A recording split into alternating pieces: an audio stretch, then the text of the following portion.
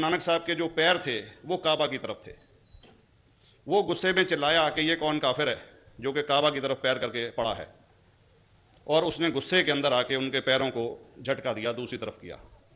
तो हमारे ग्रंथ के अंदर दर्ज जो किस्सा है उसके अंदर यह है कि काबा भी उस समय हिल गया, जिधर गुरु नानक के पैर जाते थे काबा उधर मुड़ता था। सबका सवाल था कि उन्हें ग्रंथ में पढ़ा कि गुरु नानक साहब मक्का के और उनका पैर काबा की तरफ था, और कोई मौलवी ने पैर को हिलाए और काबा हिल गया।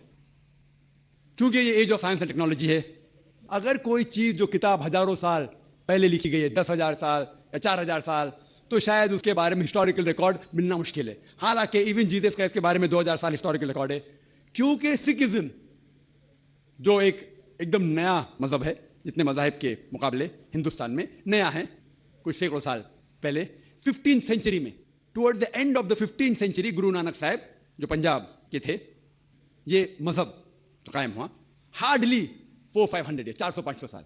और अगर ये मान लो, सपोज मिसाल के तौर पे मान लो, मैं क्यों कह रहा हूं कि मैं नहीं चाहता हूं किसी को बुरा लगे, मान लो ये सच है, मान लो अगर 400-500 साल पहले अगर ये होता था कि काबा इधर से उधर हिल जाता था, तो हिस्टोरिकल रिकॉर्ड में बिल्कुल लिखा होता था। और कई हिस्टोरिकल रिकॉर्ड में ये नहीं कि काबा हिला इधर उधर, कई हिस्टोरिकल रिकॉर्ड आप देखेंगे। हिस्ट्री इतनी अल्हम्दुलिल्लाह 800-900 साल पहले, 1000 साल पहले जो मुगल ने किए, बिल्कुल लिखा हुआ हिस्टोरिकल रिकॉर्ड में। तो ये कहना कि गुरु नानक साहब वहां गए और काबा हिल गया, ये बिल्कुल साइंस के खिलाफ है, क्योंकि साइंस में कोई भी रिकॉर्ड नहीं है, वहां के देश के रिकॉर्ड में कहीं भी नहीं कि काबा हिला। तो इसलिए हम कहते हैं कि हो सकता है ये गलती से किसने लिखा होगा, न कई किस्से कहानी। ये मैं तस्लीम करता हूं कि गुरु ग्रंथ साहिब में कई चीजें सही है, हक की बात है, लेकिन ये तस्लीम करना कि काबा हिल गया, ये बिल्कुल साइंस के भी खिलाफ है, साइंस के खिलाफ है, और इस्लाम में भी ये नहीं है।